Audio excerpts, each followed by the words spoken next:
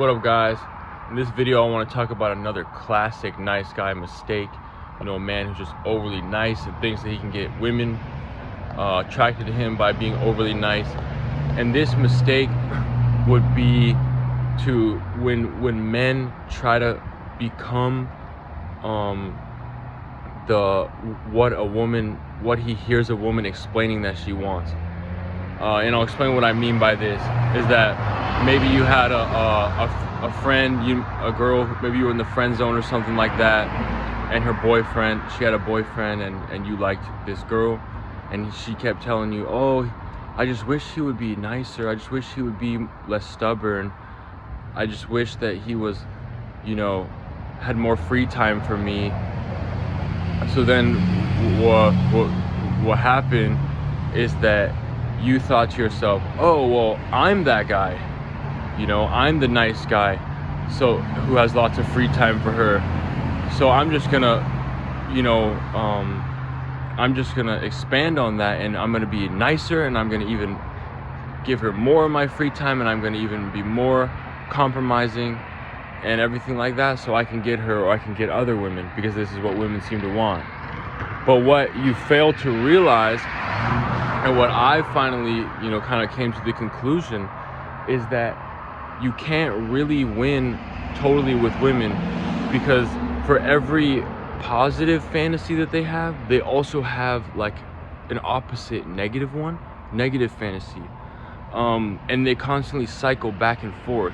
So you can't really give them what they want exactly.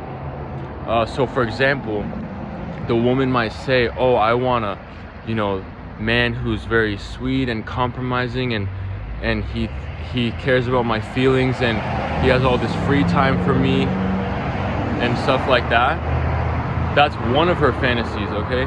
But then she also has an equally opposite fantasy, such as, oh, I want the bad boy who's stubborn, who's hard-headed, and that shows strength, and he's not that much into my feelings. He's a ball of strength, but he's not very compromising. He's not very sweet. So they always have these two fantasies going on at the same time. And here's the thing, is that you're never gonna really openly hear them say their negative fantasy. They're not really gonna say that, because no woman or people in general don't have the courage to say, oh, I want something that sounds like it doesn't make sense. A woman is not going to open her mouth and say, yeah, I want a really stubborn, hard-headed guy who's like super strong, and like he takes care of me, but like he doesn't have that much time for me. Like, yeah, I want that. Like no woman is going to open up and say something like that. So you have to understand, like that's just kind of the way it is. And there's these fantasies exist in all sorts of different ways. Like one, like more like neutral, I guess, positive fantasy that a woman might have is like, she wants a man who's like loyal, and no other woman even likes him, and she's the only one that he likes, and he gives her all his attention. That's the one positive fantasy. But she also has another fantasy, and that's that she wants the guy who can get all the girls, and she's not the only one he likes.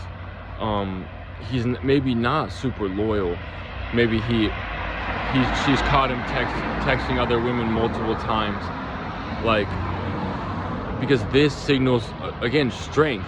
I'm not saying to do that, to not be loyal, but I'm just saying in a woman's fantasy, sometimes the man not being loyal and having a whole lot of options actually turns her on, because it signals strength and abundance. And then if the guy takes it too far, then she'll start saying, oh, I want the guy who's loyal and this and that and that. But and I'm not saying to do the negative one or go too far in the positive. It's just, the point is that you don't have to try that hard to define yourself and show yourself that you are any particular type of way, because ultimately just playing it right in the middle is going to make the woman wonder, and she's gonna think about you and wonder who you are, and that's literally probably the best position, because then she'll be occupied by thinking about how mysterious you are. Man, there's all sorts of other examples.